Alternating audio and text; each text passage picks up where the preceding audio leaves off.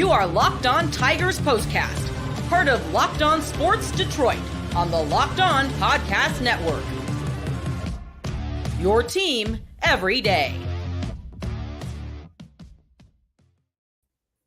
Welcome into a live Locked On Tigers postcast. Welcome one, welcome all. To Fired Up as always to be with you. My name is Jake Rietma. You can follow me on Twitter at Jake_Rietma, formerly with the flagship 97.1 The Ticket, now with Locked On Tigers for the postcast, and it's a lot more fun when we don't have a miserable ball team to talk about like we have in the last couple of days. And more misery tonight, 7-5 the final. The Tigers lose for the fourth time in their last 5 games. And this one had a couple of twists and turns towards the end, but more of the same, just bad baseball all the way around.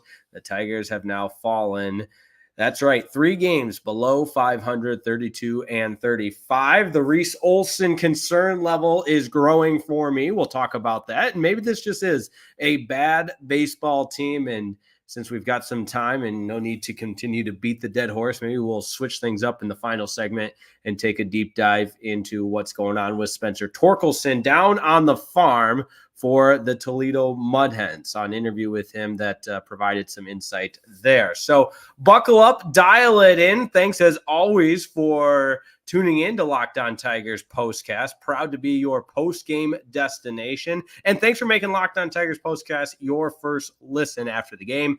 Every day, free and available wherever you get your podcasts on YouTube. All part of the Locked On Podcast Network. Your team every day. Today's show is made possible by eBay Motors. From brakes to exhaust kits and beyond, eBay Motors has over 122 million parts to keep your ride or die alive. With all the parts you need at the prices you want, it's easy to bring home that big win, something the Tigers have no idea what that means. So keep your ride or die alive at ebaymotors.com. Eligible items only. Exclusions do apply. eBay guaranteed fit. Only available to U.S. customers. And I don't want to make every single show after a loss just one giant vent session. I think we had a good vent session last night because it was a really bad loss, but more of the same tonight. So as always, we opened up the comments on YouTube. If you're watching the live edition of Locked On Tigers postcast, if you're catching this the next morning or on one of the audio only platforms with Spotify, Apple Podcasts, wherever you get your podcast,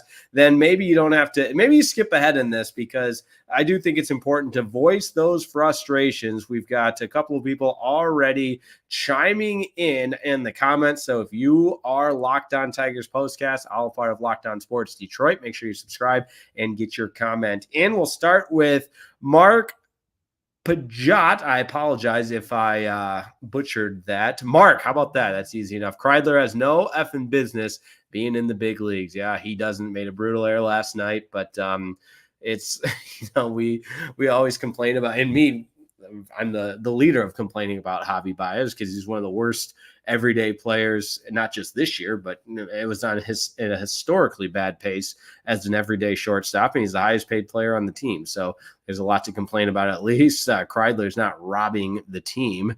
Carter Frayne said, sick of them taking first strike looking. Yeah, Tigers hitters just fall behind all night. That's nothing new there. There was some life from this Tigers team, though, with some runs in the 8th inning to pull within 1. But when you're scuffling, when you're in a funk, just every aspect of the game seems to be highlighted as a shortcoming. And just when you get within 1, then the bullpen goes and allows a crooked number in the top half of the 9th. And the 1 run you needed, you end up scoring in the bottom of the 9th with the Riley Greene solo home run that would have tied the game had the Nationals not scored 2 runs in the 9th. But if ifs were fifths, we'd all be drunk. And that's just not the reality of the way the game played out. So it's a bummer per usual when we're talking about Detroit Tigers baseball as of late.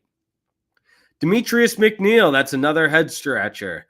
Try run on second base and then no more. Should they get swept tomorrow? Who's the responsibility for the Tigers' demise? Yeah, we used to play that game on 97.1 The Ticket all the time. And shout out to my buddy Brian Chapman, the bony finger of blame. Who do you point your finger of blame at? And I think when you are scuffling and you're losing, it's easy to point the finger of blame to a lot of different areas, and the starting pitching needs to be better. The bats, I mean, it was a leadoff home run by Vierling and then nothing until the 8th inning. And at that point, yes, it's a 4-run game. And according to the Tigers broadcast, that means they were within striking distance. I don't see it that way with this team. They did end up, to their credit, end up getting the 4 runs in the final 2 innings, but they also allowed 2 more runs. So my point being, if it's not the starting pitching, it's the hitting. If it's not the hitting, it's the bullpen. If it's not the bullpen, it's the defense. And a really bad error by Colt Keith there in the 8th inning. And he's looking like kind of scuffling back to the player he was at the beginning of the season, where there's just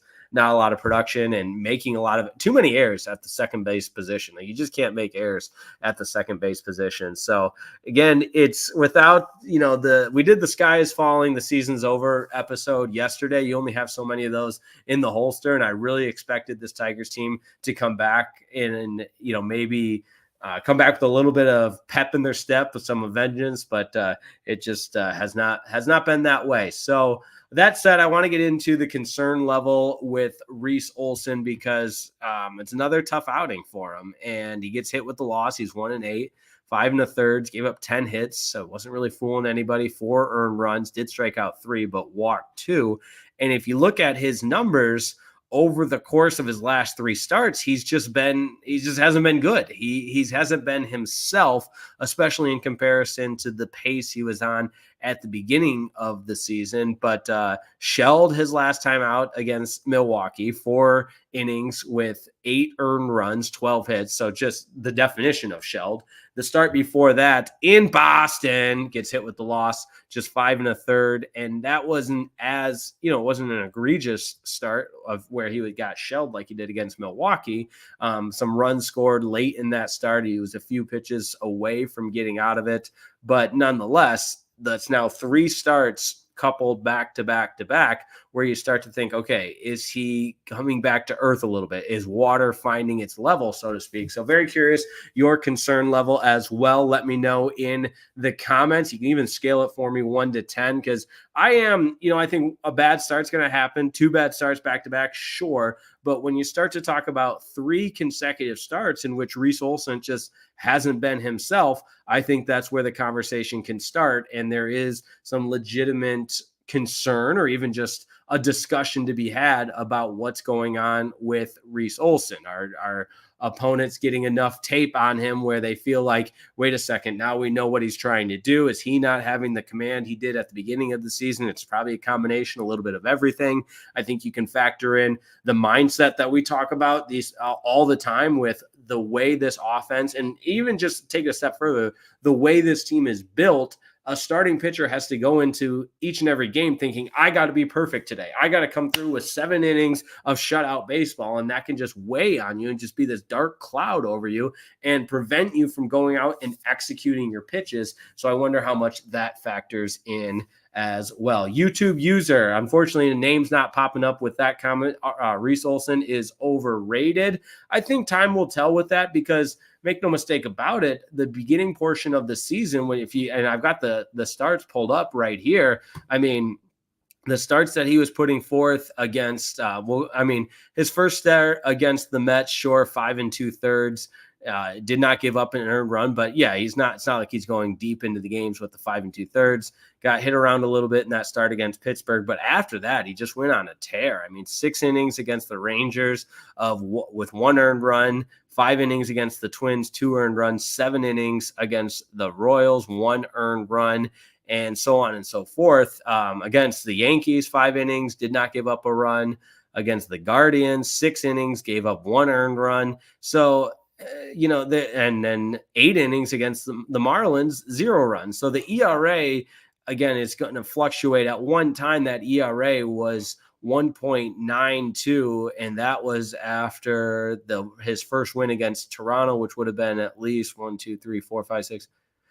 10 starts. So the point being is, there was enough of a sample size there in 10 starts where you feel like, all right, this guy is pretty good. I don't know if we can tag the overrated clause quite yet. Adam Coleman in the comments saying, Mark, the only reason he is biased is hurt. Oh, as far that's referring to Kreidler being in the big leagues. Yeah, I think, despite Kreidler playing in the big leagues in a very, very small sample size in the previous 2 years, nobody's going to be here arguing, saying that's our shortstop of the future by any means. So that said, I'm not going to get up in arms about Kreidler because I think he's sent down as soon as Baez is healthy, which again, and like everybody that's watched this show for 30 seconds or every single episode knows my feelings about Javi Baez. And so we won't get too much into that, but want to continue breaking this one down because some interesting numbers, and not even that interesting, actually, just telling numbers about this baseball team when Tarek Skubal's not on the mound. I mean, it's starting to feel like this team is just a really, really bad team that has one really, really good pitcher. So we will break that one down. One more comment before we go to break. Adam Cullum, I thought maybe we compete this year, but we're falling apart like usual. Offense has been a problem for years, and we have decent pitching. It probably will always be that way. I hope not always, but you're right. I mean, this I saw the metric that was tweeted out that the Tigers are on pace to have almost the exact same record as they had last year. So there's just no progress being made. We get gaslighted by the general manager of this team and Scott Harris when he goes on MLB Network and he talks about the future of this team with the young core. It's just noise at this point. And again, last night was the sky is falling, yell into the microphone. I'm not quite there. It's more of an apathetic feeling tonight that the reality of the situation is this is a bad team that is crumbling at the seams. So that said, we will continue reading your comments and take a look at some of the other components of this game, as well as the look at Spencer Torkelson's numbers from the minor league. That's coming up next. Don't go anywhere. Locked On Tigers postcast continues in just a moment.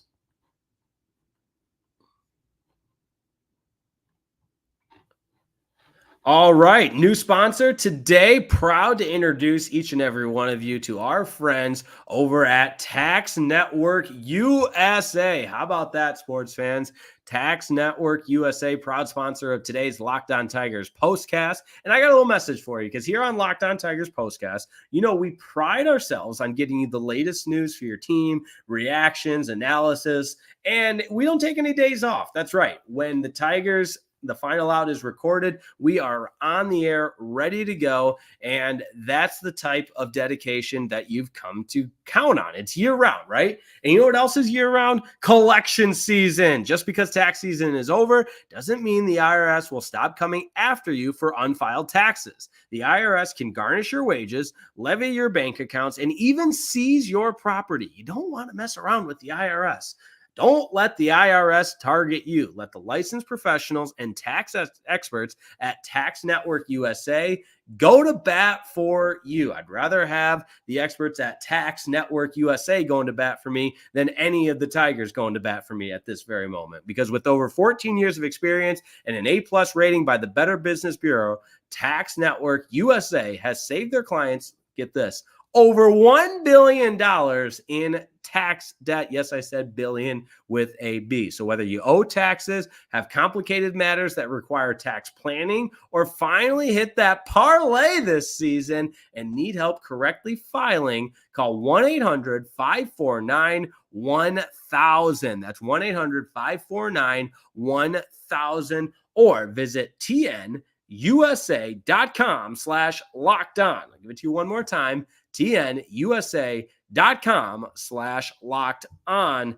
tnusa.com/lockedon. Let the tax experts at Tax Network USA go to bat for you. Today's show also made possible by Prize Picks, America's most exciting way to play daily fantasy sports with over 5 million members. It's the most fun and exciting way to get in on the action and add a little bit of sizzle to your viewing experience. If you're the Tigers, maybe you want to pick less on the amount of runs they'll score. That's usually a pretty safe pick. All you got to do is pick more or less on any 2 or more player stats for a shot to win up to 100 times your cash. With PrizePicks, you could turn $10 into $1,000 in a single game watching your favorite sports this summer. You can make a PrizePicks lineup in as little as 60 seconds. I do it all the time. In fact, I got one going for the NBA Finals tonight, picking more on Luka Doncic's point total and less on Jason Tatum's point total. I think it's going to be that kind of night. Game's going on right now, so I'll have to double check on that. Now, you always got to remember, PrizePicks has something for every sports fan. From baseball and basketball to League of Legends and everything in between, you can pick anything that meets the wildest imagination because PrizePicks has got it all. So download the app today. Use code LOCKEDONMLB for a first deposit match up to $100. Just matching $100. They're giving it to you. All you got to do is download the app today. Use code LOCKEDONMLB for a first deposit match up to $100. And let me remind you, with PrizePicks, it's real simple. You pick more, you pick less. It's that easy.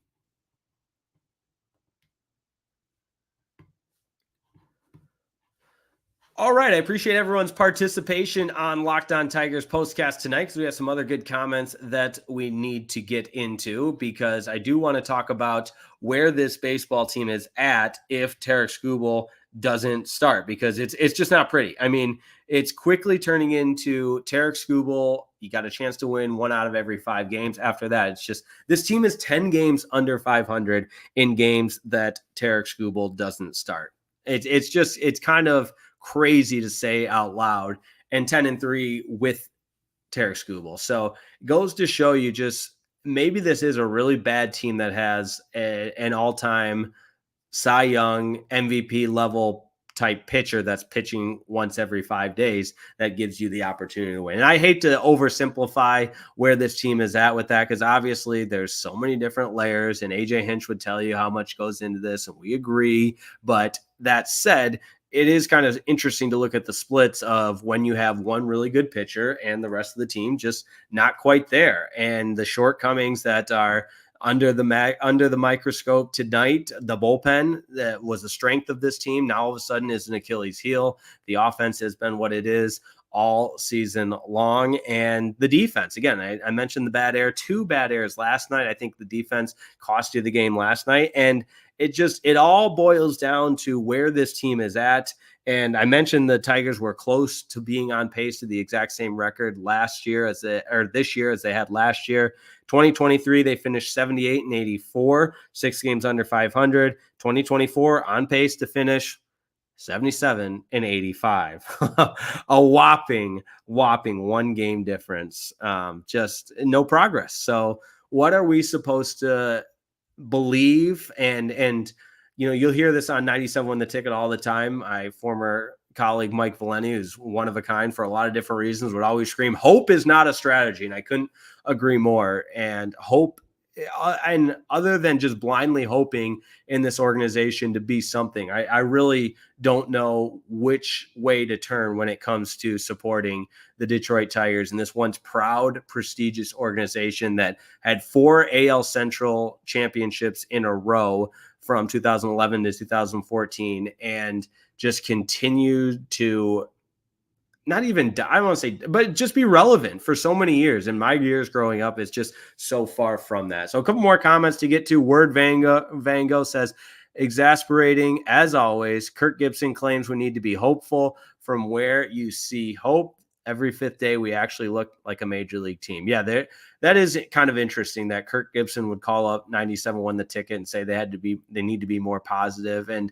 I don't want to get into all that, because I've been between the walls, inside the walls at 97 Won the Ticket. I understand some of the disdain for the way the on-air product is collectively, but I also know that each individual there works extremely hard, and they have a duty to their craft as a sports talk show host to call it how it is. And I don't think people necessarily always understand that component of the job. But again, I'm not going to get into that.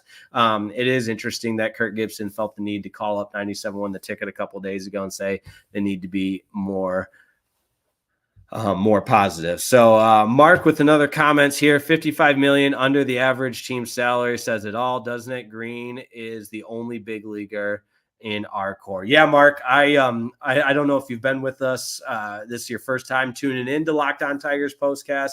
And if it is, I so appreciate you being here and chiming in the comments. Audience participation, always appreciated and encouraged. But I sometimes worry I say that stat too much, which is why I haven't touched on it yet tonight, because last night I talked about it at length, and I'll continue to bring it up, that it takes an investment from the front office, from ownership, to win in today's baseball. And it's a sport with no salary cap. It's not like the NFL or the NHL where you have to manage the different channels of investment and these different salaries so that you stay under that cap. It's the wild, wild west. And the Tigers, under the direction and ownership of Mr. Ilitch, may he rest in peace, understood that it took the risk. It took spending to win. And it's not as simple as go buy any player and expect them to turn into, a franchise saving player. Look at Javi Baez. I mean, that's an example of recklessly spending on a terrible player. So it takes more than that, but I completely agree. 9 of the last 10 World Series champions have been in the above the league average in payroll. And that's just a fact. And the fact that the Tigers are not there when they used to be tells you everything you need to know. So I completely agree with Mark's point there. Adam Cullen, if we do not have Skubal and Flaherty, Riley Greene, or Wenceel Perez, we might be in White Sox territory. Yeah, that's one way to put it. It unfortunately does feel that way. And Riley Greene made a bad error last night. I get that, because the roster is so depleted of any talent, that when we see a guy like Riley Greene who shows signs and shows phases of being really, really good, then we get excited, which I get. But there's also a lot of shortcomings in Riley Greene. And today he was a little bit better with the, he had the home run late in the 9th there. But again, I'm not downplaying Riley Greene's contributions, but he has struggled at times this season. But I would agree that he's one of the few from this quote unquote young core that Scott Harris always references that I actually feel somewhat confident in. Jim Rowan in the comments saying whatever message this staff is trying to convey is no longer, and maybe never was, getting across. Maybe it's time for a new voice. Yeah, Jim, I'm not going to go as far as saying that AJ Hinch needs to be relieved of his duties, but I do think there's a conversation to be had there that, how long of a leash does AJ Hinch get? How much time does he get? His seat getting any warmer? And where is the progress? And I know the roster, when he first took over, was gutted, and he didn't have a lot of big league talent to work for. But now the combination of the several drafts, as well as some of the acquisitions that you've made, and I think Jack Flaherty is a good example. Here's a guy that you took a chance on, and he has paid off and been really, really good, but it's still not materializing in the type of production you want to see on field. Oh, man. All right. We will continue to break this one down. I do want to talk about the Spencer Torkelson interview from his time with the Toledo Mud Hens, but I also love riffing with everybody. That's what this is all about. Let your voice be heard. So if we want to continue to riff through the comments, we will do that as well. But I think Spencer Torkelson's progress in AAA, and given how bad the current state of the big league team is, it warrants a discussion about maybe when it's time to call him on back up with the Tigers. So don't go anywhere. Locked On Tigers continues in just a moment.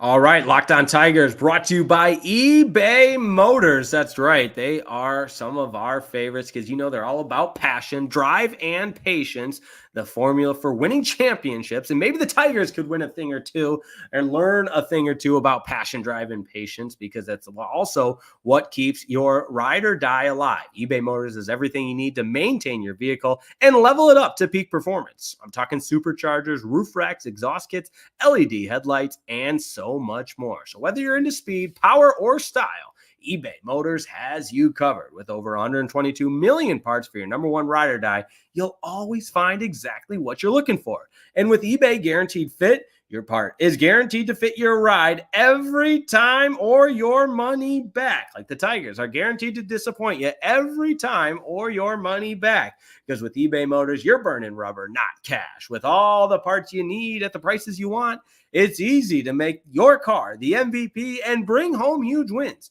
Keep your ride or die alive at ebaymotors.com. Eligible items only. Exclusions apply. eBay Guaranteed Fit, only available to U.S. customers.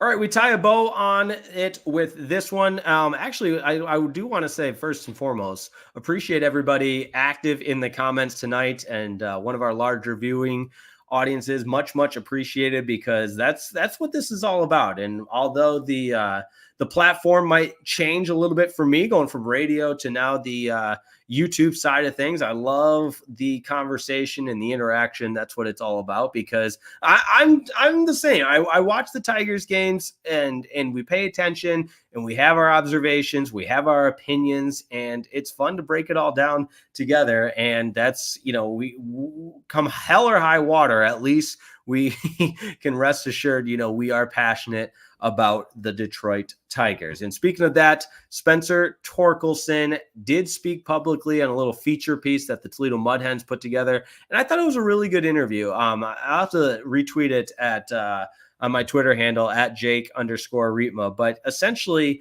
he was just very candid and very transparent about the difficulties of being sent down, especially given the success that Spencer Torkelson had last year. I mean, this is a guy that hit 30 home runs at the major league level. So that tells you that he can do it. In fact, not only does it tell you, but the potential is there. We've seen it in action, and it just never materialized this year, which I think is the frustrating part, obviously, for us as fans, but also the weight that bears for Spencer Torkelson. And I've been really critical of Tork throughout the first portion of the season because of exactly that. We know it's in there, just hadn't been channeled and hadn't come into fruition in 2024, which makes it even more frustrating. But instead of pouting, instead of, going into a complete downward spiral in Toledo, he has put together some productive at-bats. In 27 at-bats, he's got 10 runs, 9 hits. He has hit a home run, 6 RBIs, hitting .333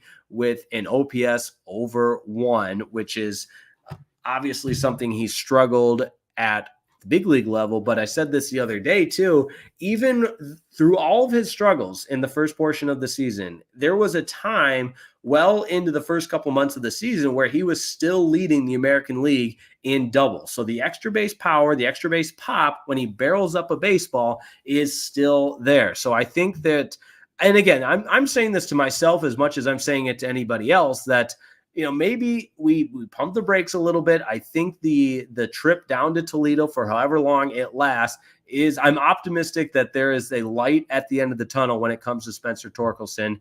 And for all the struggles and all that this year has brought about for the Detroit Tigers at the major league level, the highs, the lows, the many more lows, the poor offense. If this was the year Spencer Torkelson kind of had to hit, and rock bottom maybe is a little bit of an exaggeration, but hit that low and then rise above it, and it made him stronger. It made him a better big league player for the future moving forward. And he can join Riley Greene as a legitimate piece of that young core. Then maybe we look back at this and say, hey, at least it was progress through kind of a unconventional route. And there's a lot of big leaguers that have that story of the time they had to be sent down.